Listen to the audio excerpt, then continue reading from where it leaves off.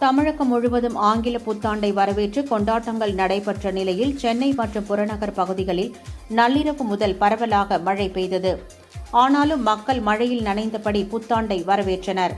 மேலும் சென்னை, திருவள்ளூர், காஞ்சிபுரம், செங்கல்பட்டு, திருவண்ணாமலை ஆகிய மாவட்டங்களில் காலை 10 மணி வரை மழை நீடித்தது.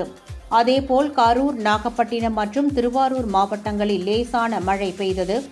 இந்நிலையில் சென்னையை அடுத்த பூவிருந்தவல்லி, திருவேற்காடு, மதுரவாயல் உள்ளிட்ட பகுதிகளில் பெய்த மழை காரணமாக திருவேற்காடு நூம்பல் சாலையில் 2 அடிக்கு மேல் மழைநீர் தேங்கியது.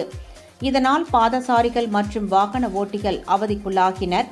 தேங்கிய தண்ணீரில் வாகனங்கள் தத்தளித்தபடி சென்றன.